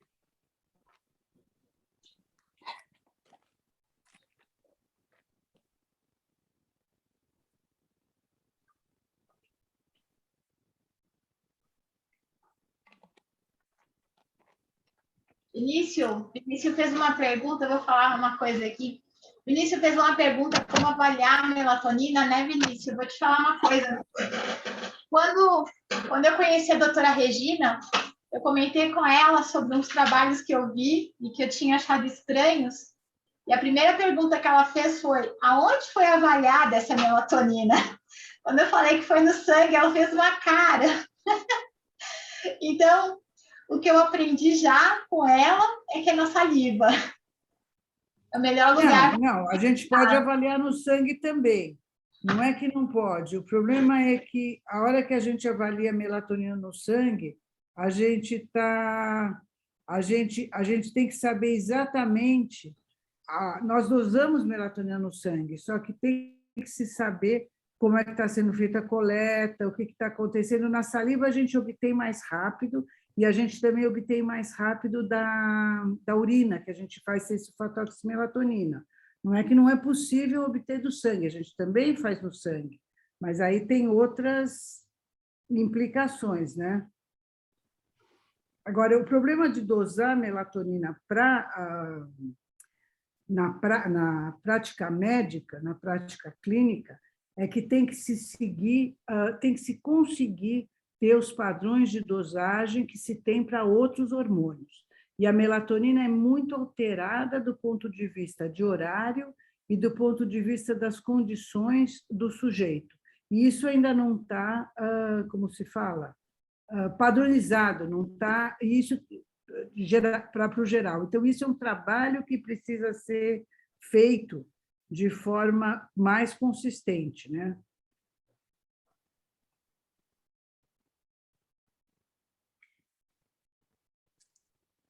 Alô? Oi?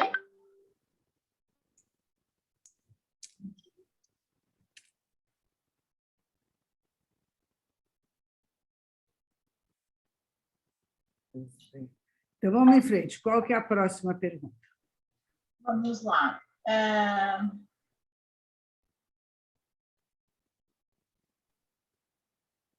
Então, poderia falar um pouco sobre a melatonina? Abre os portões do sono?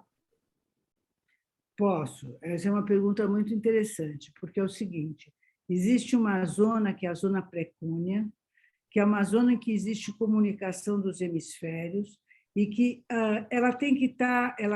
nós temos que ter ali uma comunicação neural para permitir que o sono se inicie. Então, o que a melatonina faz é facilitar o início do sono, tá? O que não acontece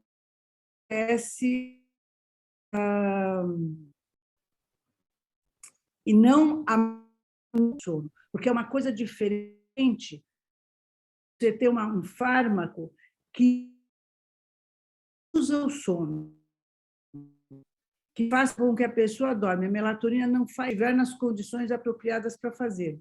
Mas se ela não quiser fazer, a melatonina não induz o sono. Por isso que é diferente um sono de hipnótico e o sono com melatonina. E outra coisa, se a melatonina, como ela é um marcador de tempo, ela tem que ser dada sempre no mesmo horário. Não é que o sujeito vai dormir no horário que ele toma a melatonina.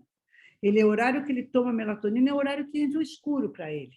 Então, se o horário entra o escuro para nós às 7 horas da noite, a gente não dorme nem às 7 nem às 8, a gente dorme mais tarde. Mas tem que se ter esse marcador. Morando nos extremos, morando nos polos, isso varia muito e a quantidade de melatonina nos polos varia muito, é muito diferente. Então, isso são estudos de sono bastante interessantes. Agora, então, as pessoas tomam melatonina para facilitar o sono? Sim, mas essa teria que ser tomada sempre no mesmo horário e de forma... e outra coisa, a concentração é uma concentração que vai atingir a concentração de melatonina noturna, que está na faixa de miligramas, e não a concentração de picogramas por ml, na realidade, e não concentrações excessivas, como acontece com dosagens que se usa, e aí o que nós vamos ter são pesadelos. Um dos efeitos colaterais de melatonina é pesadelo, quando é dada em altíssima concentração. E aí tem muitas pessoas que começam a tomar melatonina e acusam que têm pesadelos, mas tomam concentrações altas. Isso até agora já se arrefeceu bastante, né? Mesmo as pessoas que tomam melatonina do ponto de vista com esses preparados americanos, etc., Isso já reduziu muito, porque já está tendo muita gente que as concentrações baixaram, etc, etc. Quer dizer, já está tendo uma facilitação, uma consciência do uso da melatonina.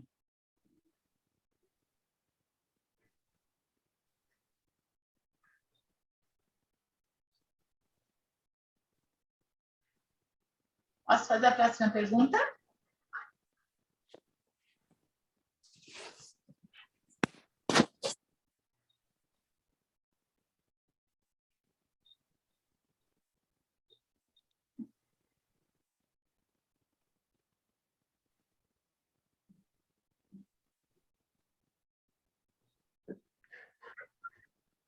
Regina, Sim? posso fazer a próxima pergunta? Pois não? Então, podemos já utilizar melatonina como integrante do conjunto terapêutico para agir contra a inflamação sistêmica? Não. Nós podemos usar, porque se a gente tem que saber quando. A gente não pode usar melatonina para agir contra a inflamação no início da montagem de uma resposta inflamatória, porque a gente tem que fazer com que essa resposta aconteça, tá certo? Mas numa resposta sistêmica, e numa resposta, por exemplo, tipo artrite, não adianta usar melatonina, porque a melatonina é produzida normalmente, quer dizer, a melatonina é produzida em sujeitos com artrite, porque se o sujeito tem glicocorticoide endógeno, ela vai produzir melatonina. E isso eu estou falando tudo no nível hormonal. Então, na realidade, nós deveremos continuar os estudos para termos condição de dizer esse sujeito não tem melatonina e, portanto, vai ser benéfico se dar melatonina para ele. E a outra coisa é dar melatonina realmente para manter o ritmo dela. E a grande pergunta, acho que a gente tem que fazer, é se vale a pena, em determinadas condições, também dar melatonina durante o dia, né? Eu acho que essas são as perguntas que a gente deve fazer. Então, num pós-cirúrgico, você não entraria nunca com a melatonina? No pós-cirúrgico, nunca. Porque no pós-cirúrgico, na realidade, eu posso dar melatonina depois do 3º dia, e tem trabalhos mostrando isso, inclusive usando melatonina como antiálgico, melatonina como anti-inflamatório num pós-cirúrgico, isso existe sim. Então, aí é possível se dar sim. Mas não como preventivo, isso caiu completamente fora, quer dizer, se dá melatonina antes da cirurgia, não, e não na primeira noite depois da cirurgia. Seria para ele ajudar na resolução da inflamação. Na resolução do processo, e não impedir que o processo aconteça.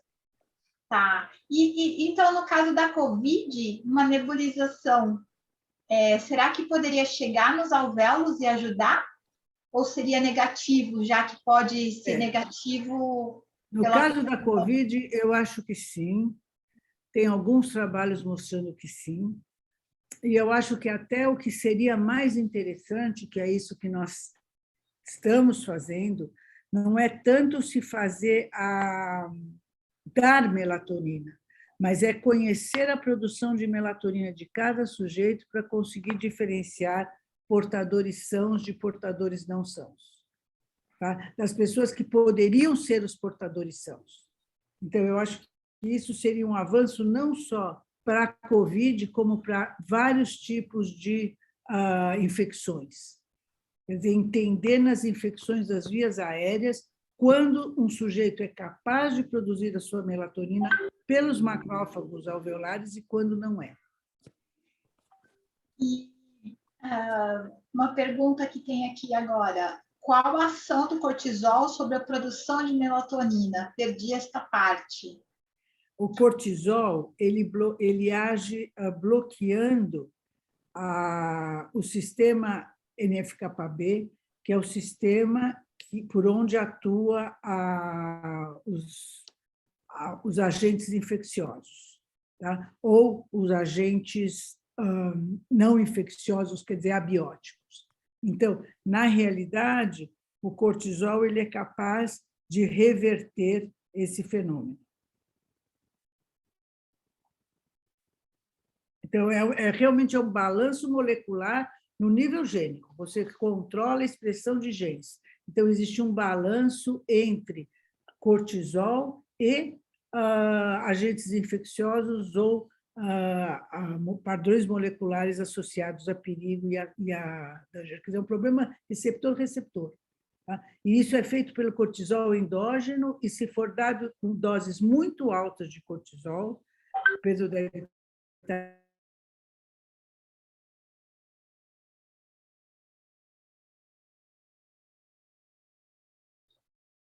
Ixi, acho que caiu.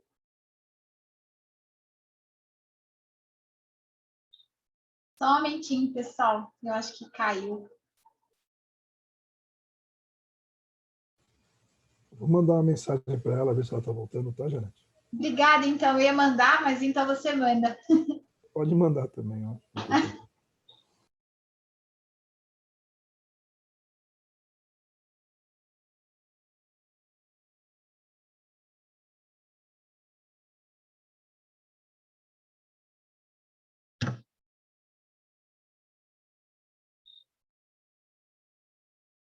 Cauane está aqui? Cauane?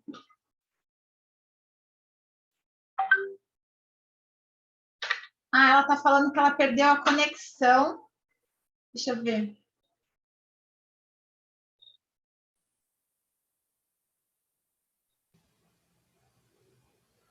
Vou ver se ela vai tentar voltar para o celular.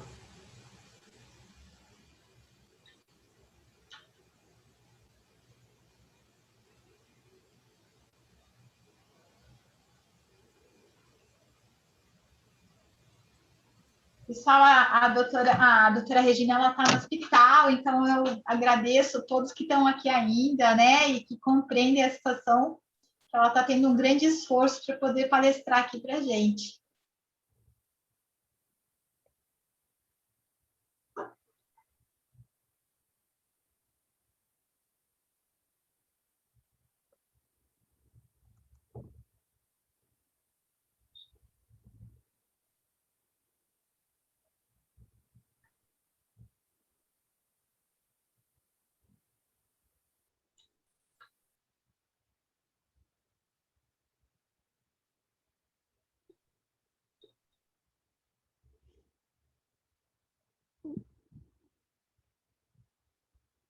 Ela deve estar tentando aqui.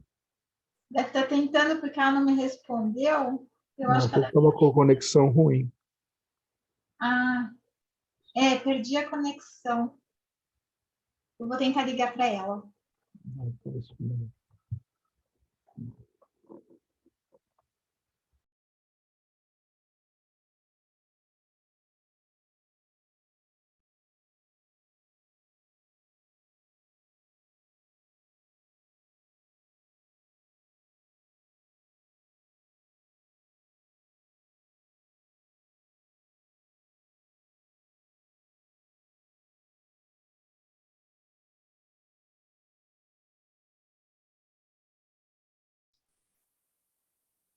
Oi, ela falou que ela perdeu a conexão do computador, mas está entrando pelo celular, que ela não vai conseguir entrar pelo computador mais, mas já está entrando.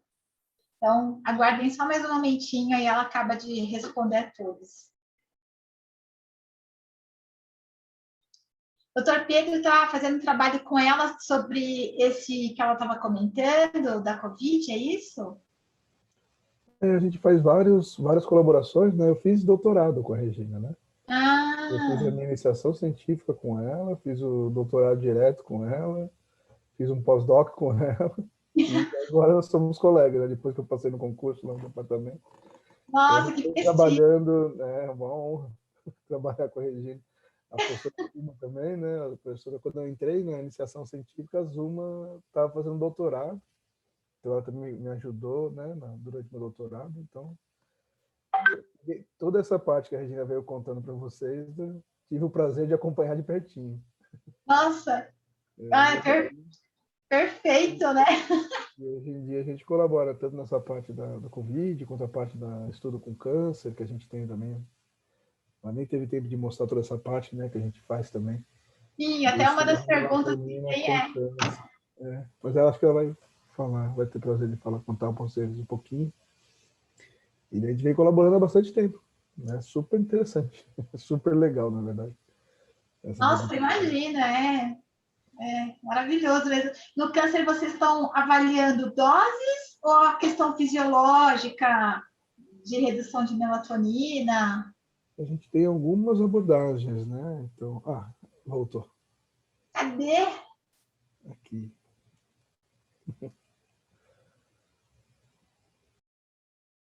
Tá mudo, Regina. Desculpem. Deu uma Regina, zebra aqui. Desculpem. você não tem nem que se desculpar. A gente... Desculpe, deu uma zebra aqui também, família. Já estou dentro de novo. Vamos lá, agora já estou até no outro ambiente. Estou adorando as plantinhas aí. Pois é, meio artificiais, mas essa está ótimo. Desculpe.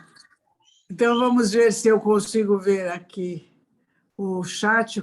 Quais são as outras perguntas? Eu te falo, então. Bom, tem o doutor Cristiano, né? Que ele perguntou... Opa! Primeiro ele falou, professora Regina, brilhante, parabéns pela apresentação. A senhora consideraria uma futura tendência no uso pulsado de melatonina ao longo do dia, como no caso do cortisol, respeitando o seu pulso de secreção ao longo do dia? Sim, eu acho que uma coisa que a gente vai ter que aprender em breve, assim, vai ter que considerar, e já tem gente considerando, é se a gente pode, por exemplo, numa situação de inflamação ou numa situação de doença, de patologia, realmente aumentar a melatonina dia, de forma a ter um efeito farmacológico, sem deixar de aumentar mais a melatonina à noite, de forma a ter o ritmo. Eu acho que isso é uma coisa que vai poder ser levada em consideração, sim.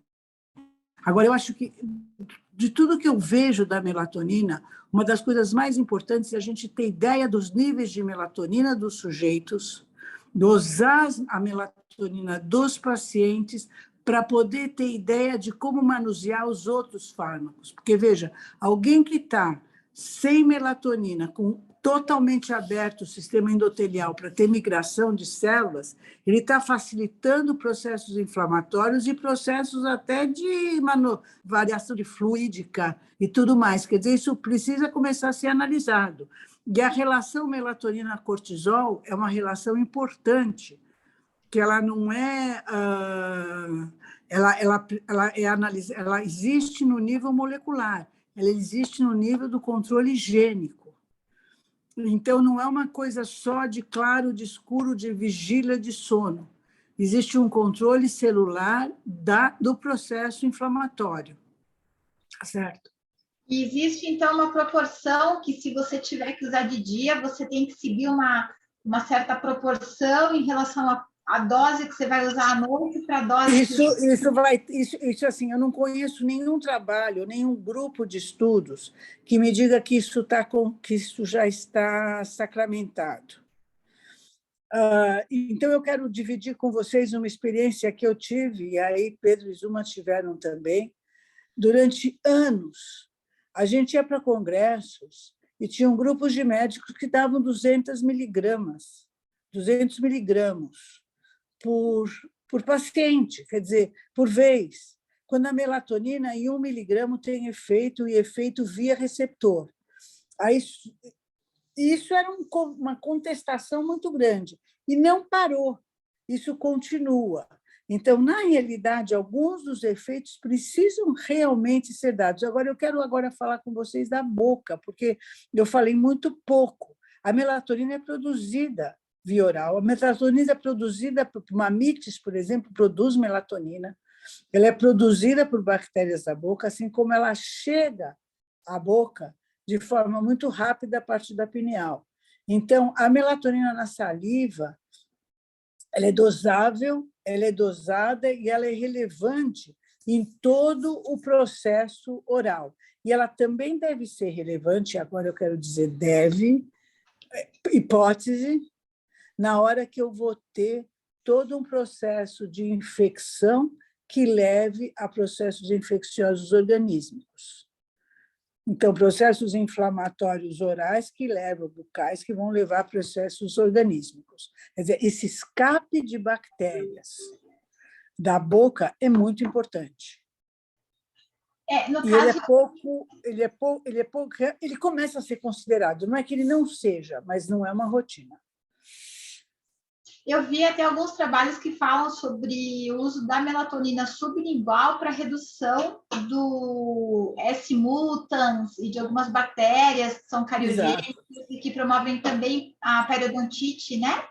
Exatamente. Eu acho que aí existe um campo muito importante de uso e de uma molécula que, na realidade, quando a gente diz que a melatonina tem uma baixa toxicologia, quer dizer, tem algumas situações em que existe um efeito toxicológico, mas, no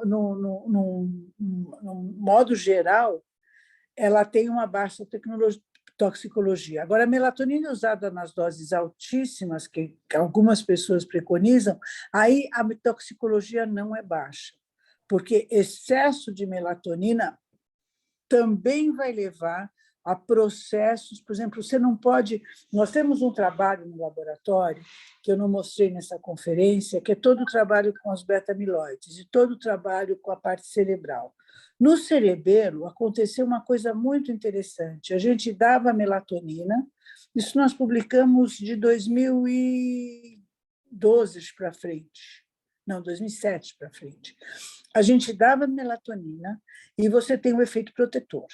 Efeito protetor ligado ao receptor, parte do efeito é devido à ação antioxidante via produção de enzimas de antioxidação, tudo como estava na literatura. E, de repente, as células morriam.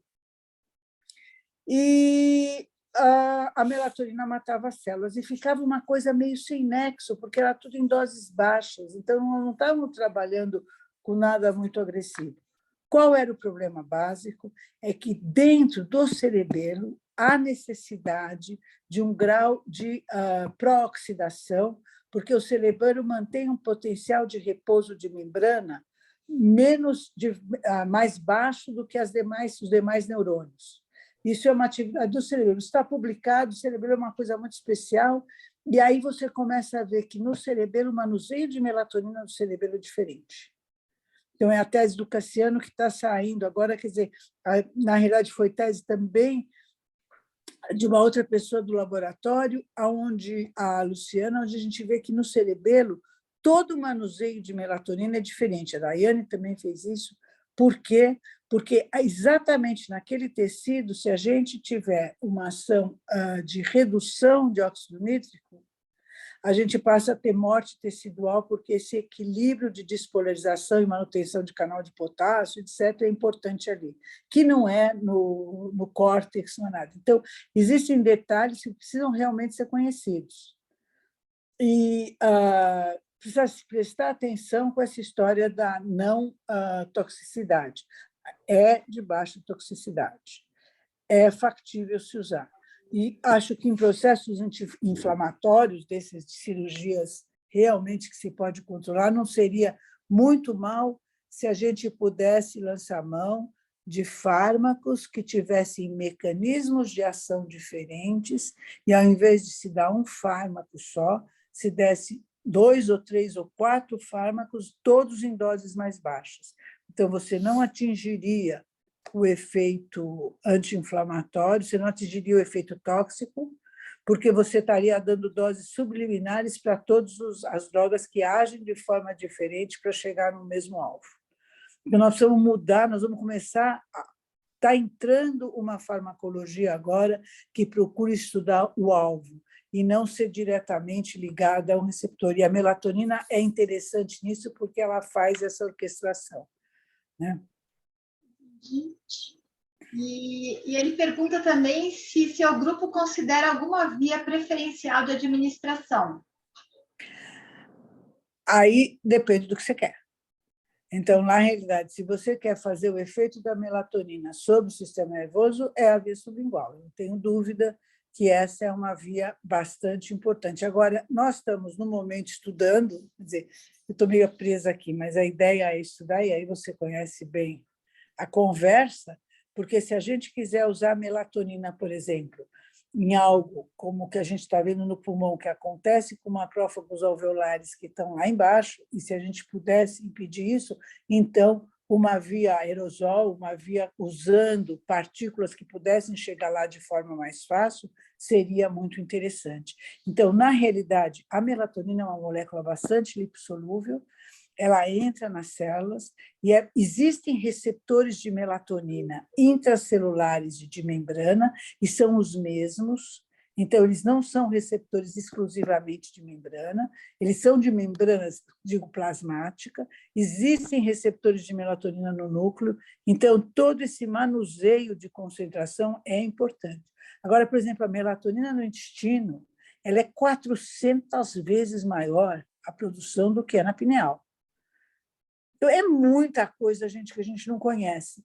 E uma coisa que eu fui rápida e que eu não parei para falar com detalhes é que a melatonina, por exemplo, se a gente dá triptofano, existe produção de melatonina no intestino bastante. Se a veia cava, se pega um animal pinealectomiza, você vai ter entrada de melatonina na circulação via a veia cava. Se faz a ligadura da veia cava, alguns autores mostraram que isso a melatonina deixa de entrar. Então, na realidade, a melatonina que vem do trato gastrointestinal também tem uma colaboração no processo, né? Então, eu acho que isso é importante.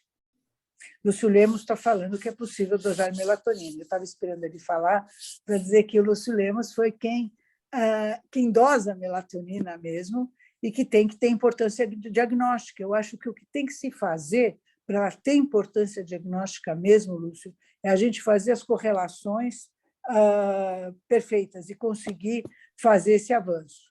Então, dosar melatonina em ritmo, isso está perfeito e é feito. Eu não tenho a menor dúvida. Esse é um campo que eu não entrei. Eu queria entrar no campo de melatonina e inflamação e infecção, que eu acho que é o campo de agora, eu acho que ele é muito importante. A gente tem que ir para o laboratório, sim, e tem que fazer as dosagens, sem sombra de dúvida, né? Eu acho que o Lúcio faz isso com primazia. Me perguntaram também na oncologia.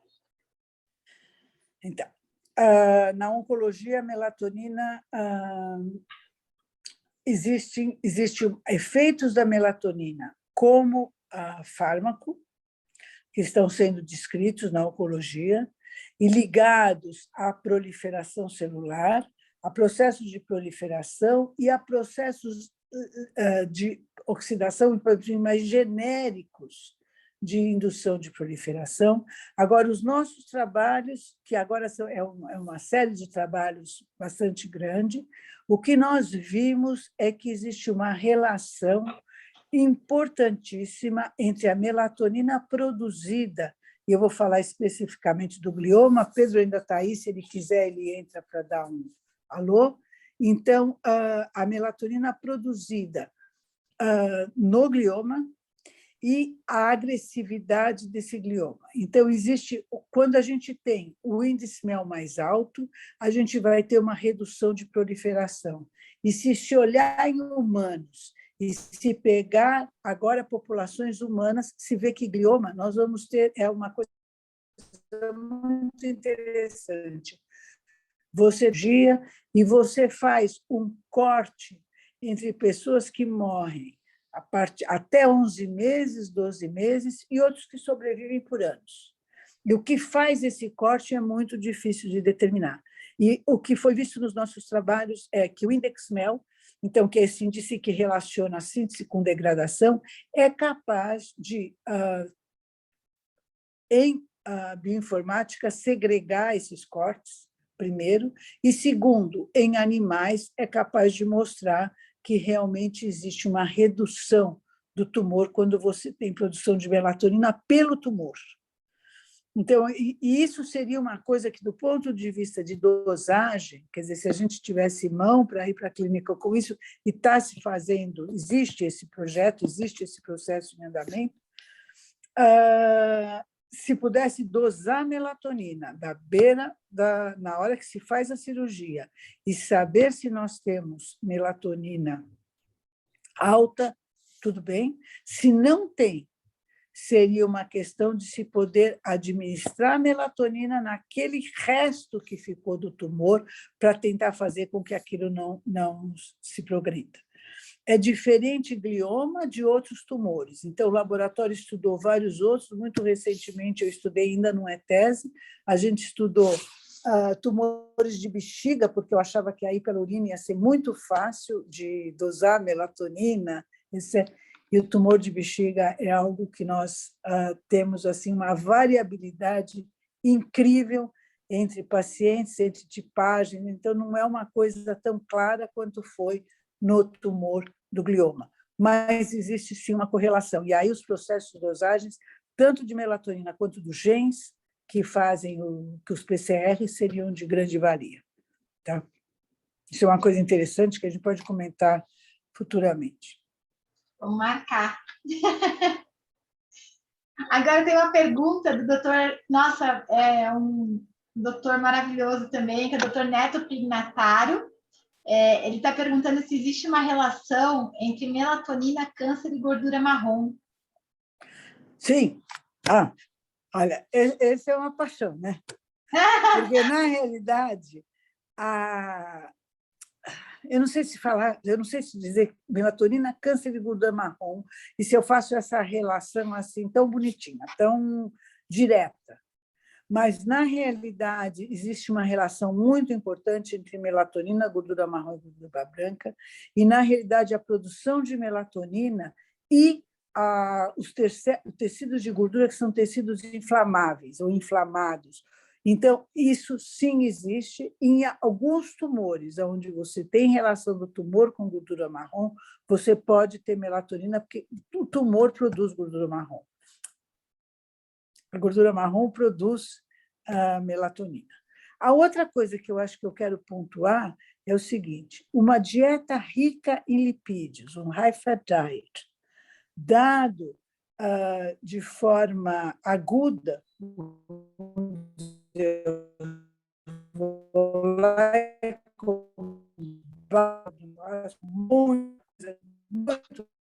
isso realmente começa a fazer produção intestinal. E isso começa a fazer o quê? Essa melatonina faz um bloqueio de produção de resposta inflamatória. Porque a melatonina, nesse caso, ela não deixa que se haja uma inflamação, que essa inflamação aconteça de forma como deve acontecer. Eu estou falando de inflamação aguda, da inflamação defesa. E existem vários trabalhos mostrando que esse processo de resiliência pode estar ligado a alguns processos que afetam o problema de você ter altos níveis de gordura. Então, na entrada, se faz uma resposta inflamatória, tipo se fosse um pump, tipo se fosse um DAMP, se fosse um Danger Associated Molecular Pattern, mas se isso se mantém de forma resiliente, isso vai impedir que respostas a patógenos aconteçam, etc., e vem todo o processo de resiliência do obeso. Então, é bem interessante. Ele está falando que é interessante observar, então, na termografia, porque ele faz avaliação termográfica da gordura marrom. Pois seria o máximo. Isso seria o máximo, isso seria muito interessante. Eu acho que é uma questão da gente entrar na literatura, não tem grande literatura disso, mas isso daí... Neto. Estou falando para ele abrir aqui a câmera, para ele aparecer. Abre que eu quero ver. Bom. Cadê? Eu quero ver o Lúcio também. Câmera, Lúcia. O Cris. Agora eu estou vendo. Janete, o Alexandre Aldi está com um trabalho de câncer com termografia, e ele observou muito isso. Um aumento bem acentuado da gordura marrom, conectando com o câncer e aumento de melatonina. Tem algumas coisas interessantes, né? Então, quando eles têm aumento de gordura marrom quando tem câncer? Não. É como se a gordura marrom estivesse fomentando o câncer ali, né? E qual câncer? De seio, de mama, principalmente. Câncer de mama, tá. Porque, por exemplo, no câncer de mama, a melatonina tem vários autores mostrando que ela tem um efeito protetor, né? Principalmente o pessoal do Rio e do Steven, lá nos Estados Unidos. Depois ficou mas eles têm alguns escapes importantes que eles não sabem lidar com. Entendi.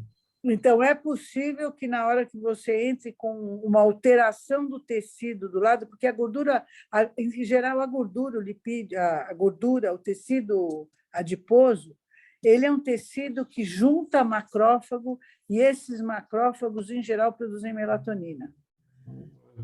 Então, isso é uma coisa... E aí, se você atribui ao conjunto a conversa, você ganha até uma, vamos dizer assim, uma força terapêutica, né? Nossa, incrível. Não, é muito legal. Esse negócio é muito legal. Começa a montar o quebra-cabeça, né? É muito interessante. É muito legal, é muito interessante. Bom, Regina, eu não quero, coitada, você está no hospital e tem eu tenho que subir. Foi muito bom, olha, gente, foi muito bom, realmente, fazer essa pausa nesses 20 dias. Ai, não, eu só tenho a agradecer, foi maravilhoso. Muito obrigada. Nunca assim, o tempo nunca é suficiente quando a gente está com você, sabe? Sempre é pouco, com certeza, né?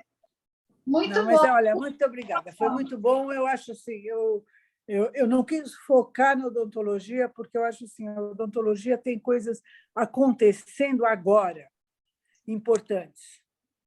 Então, o que eu queria dar é um embasamento geral para se poder chegar lá sem olhar só o foco.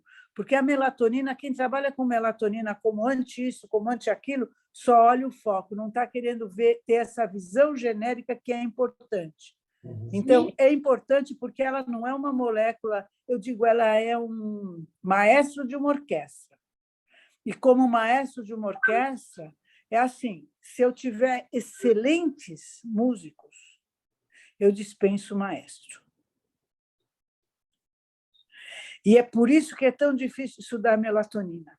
Porque quando o organismo está tinindo, você tira a melatonina e você não vê nada. Agora, se os músicos não forem tão bons, o maestro faz toda a diferença. Eu lembro do Zubimeta falando isso. O Zubimeta disse uma vez assim, a hora que eu entrei para reger aquela orquestra, eu sabia que ela não precisava de maestro, então era lá que eu queria estar, porque eu ia passar para um outro patamar. Aquela frase me marcou muito, porque ele dizia assim, se depois eu quero pegar orquestras iniciantes para subir, porque aí o maestro faz a diferença. A melatonina é um pouco isso, gente. A melatonina, quando está tudo em ordem, parece que ela não faz nada. Mas a hora que balança, ela é importante, e no meio, quando ela faz alguma coisa, às vezes é isso, ela trabalha num processo de resiliência, que a gente pode ter o desvio, e alguns indivíduos ficam saudáveis, outros vão para câncer, vão para SARS-CoV, vão para... Então, esse jogo a gente precisa começar a conhecer.